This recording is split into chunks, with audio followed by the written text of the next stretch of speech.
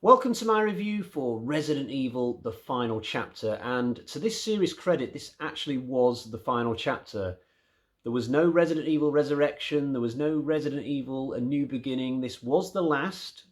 Okay, there is a new film out later in 2021, but it's a reboot, it has nothing to do with the original run of films.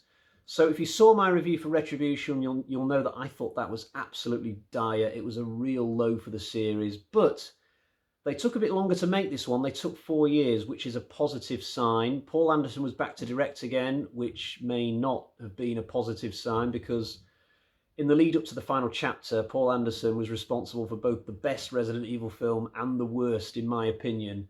Obviously, Milla Jovavich was going to come back again. She's married to Paul Anderson in real life.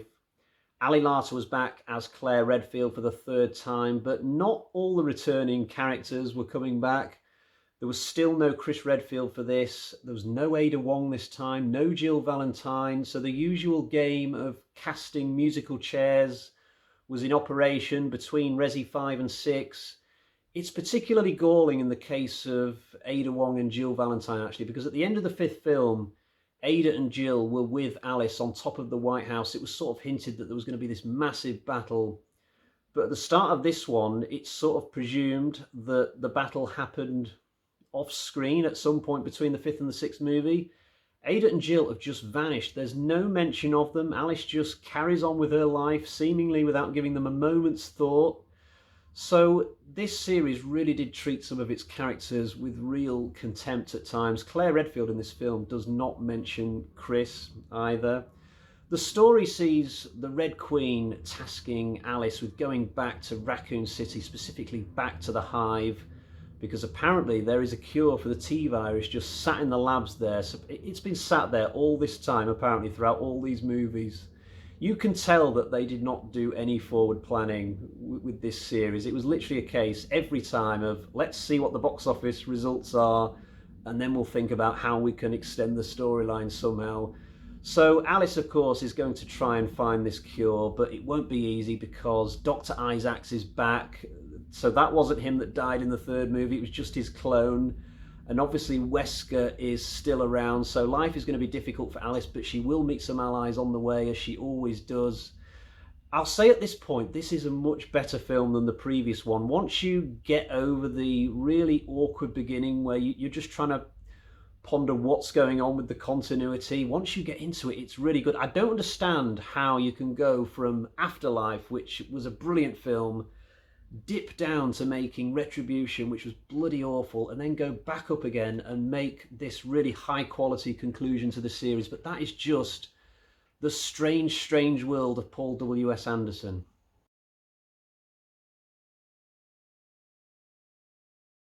So it's not long before the film is giving us a rollicking good time. Alice fights some kind of pterodactyl creature, and in doing so we get something we didn't get in the whole of Retribution, which is a fight with an original creature. Back in the day when I used to play the games, I hated fighting anything that attacked you from the air, things like crows, you know, I just found that really irritating. But this battle in this film is really good.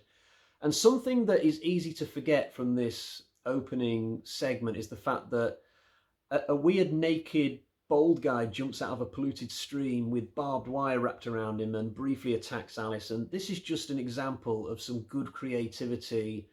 The creativity is back in this film. It was completely missing from the previous one, and there's so many examples of it throughout. You know, the action is unrelenting. As soon as we're done with the flying creature, we're into a stretch of the runtime that feels a bit like Resident Evil meets Mad Max. You know, Alice meets this gang of biker guys, and then as soon as that's over, a version of Isaacs turns up who is a priest. It's all so random, and yet it's great. He's got some kind of tank type thing which is luring hundreds of thousands of zombies towards Raccoon City. I don't know what the motivations are of this version of Isaacs. It was a little bit lost on me, but this action segment on this tank thing is absolutely terrific fun. And then after that, we get possibly the biggest action set piece in the movie when Alice and her new friends that she meets, they try and trap all these zombies in some kind of giant chimney and then flood it with fire. It's great to watch, but even though the action is just, it's one scene after the other of high octane stuff, boom, boom, boom, but it's really varied. We get a werewolf type section, which is a little bit over reliant on CGI, but it's still good fun. And then we get what I like to call booby trap alley. The characters have to go through these murderous fans and walls that can potentially crush you, and the trap doors that they have to be wary of. And then there's this part which is probably the biggest moment of pure horror in the film, where this skeletal type creature attacks Alice and this other guy in this medical room. There's just so many great sections in the final chapter. It's good to see Wesker back again. I just love the way that this guy speaks, like, increased security to the maximum level. Although he's possibly upstaged in this film by the return of Isaacs. This is the first time we've had Isaacs and the Shawn Roberts version of Wesker in the same movie. And you know what? I might actually prefer Isaacs this time around. There's two of them in this film, and I was a little bit confused by the end as to which one was the real Isaacs. I kind of presumed that it was the one who ends up having the final fight with Alice, but then the way that the priest version of Isaacs speaks to the other one at the end, where he sort of makes out that the other guy is an abomination, I thought, well, is the priest the real one? And then after the movie, when I thought about it some more, I thought, well, what if the Isaacs from the third film, Extinction, was actually the real one, and then they've just created all these clones afterwards who all think that they're Isaacs? But ultimately, I think you can probably make your own mind up. Something else which is better about this particular film to previous ones is the opening intro where Alice does the recap. We get a recap this time, but there's new stuff in it to absorb. You know, it's not just the film telling us everything we've already seen. We get to find out a few things that we didn't know before, such as how the virus started and stuff like that, and a few more details about the origin of the Red Queen. So the recap, not as boring as it usually is.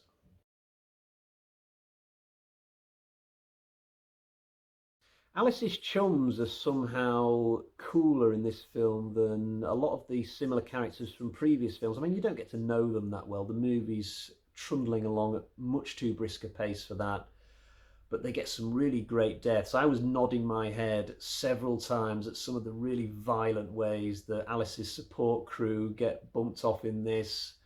I think it helps that they haven't tried to introduce any more characters from the games this time around. It had been something of a tradition to do that throughout the third, fourth, fifth films, but maybe because it was the last one, and maybe because they've had so much trouble keeping certain actors from film to film, that finally they've thought, you know what, sod it, we don't need to bring any more fan favourites in. Let's just make it a completely random group of people, and we'll try and make them as visually striking as we can, given the fact that we can't afford each of them that much dialogue. And I think they've just about done a good job with that. My final positive would be that the ending to this is quite emotional, actually, when Alice gets the memory holocube or whatever it is. It's not often she gets an actual tangible reward for saving the world or saving the last 3,000 people in the world, whatever. But this time she does, and it's quite a satisfying little moment.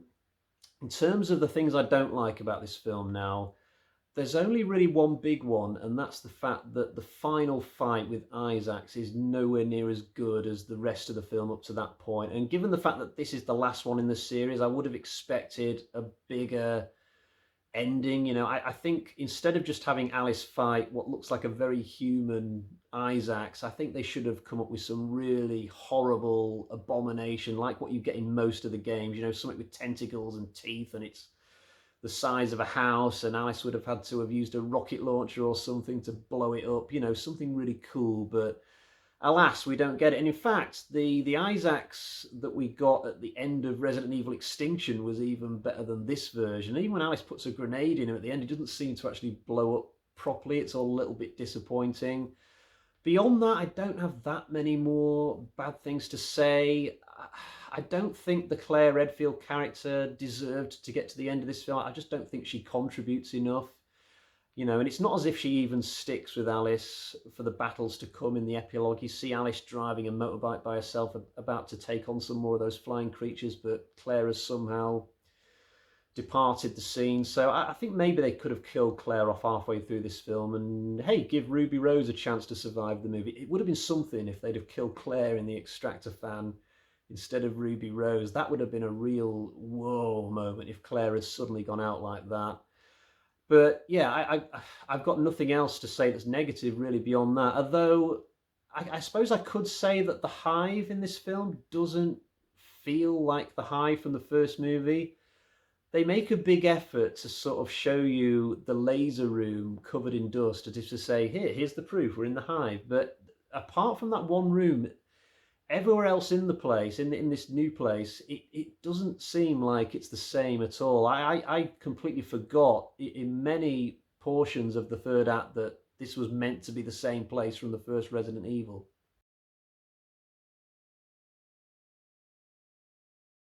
So given the fact that we're now at the end of the original run of Resident Evil movies, I thought I'd quickly show you my home collection. It's a bit of an inconsistent collection. So I've got the first movie on Blu-ray, second movie on Blu-ray, and then the real oddity in the bunch, a DVD of the third film. This is the only one I only have on DVD, and I'm kind of not that motivated to upgrade it at the moment because I'm not the biggest fan of Extinction. And then I've got the fourth film on a 4K, which is the only one I have on that format. And the cool thing about that is, aside from the fact that Afterlife is one of my favourite ones, I just got a PS5 yesterday, which means I finally have the ability to play 4K movies. So I'm looking forward to trying that on that format. And then I've got 5 and 6 on the standard Blu-ray. So let's get to the bag of terror and find out what sort of score I'm going to give for Resident Evil, the final chapter.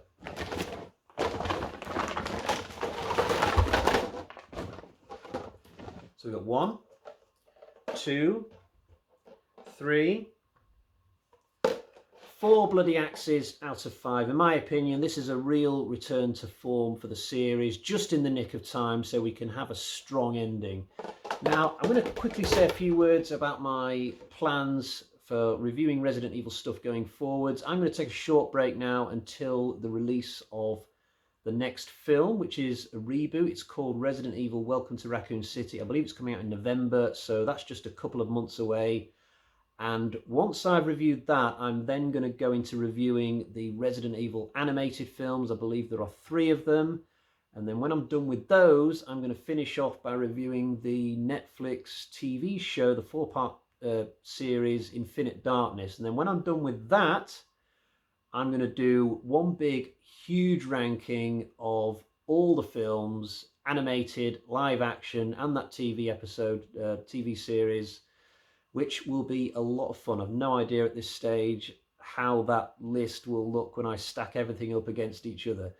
So that's all for today. If you've never seen Resident Evil The Final Chapter, because maybe you thought the previous one was shit, or the series had lost its way at a certain point, I can only encourage you to give this one a try. I think it's one of the very best. It's a great ending to the series. So there you have it. Until next time, cheerio.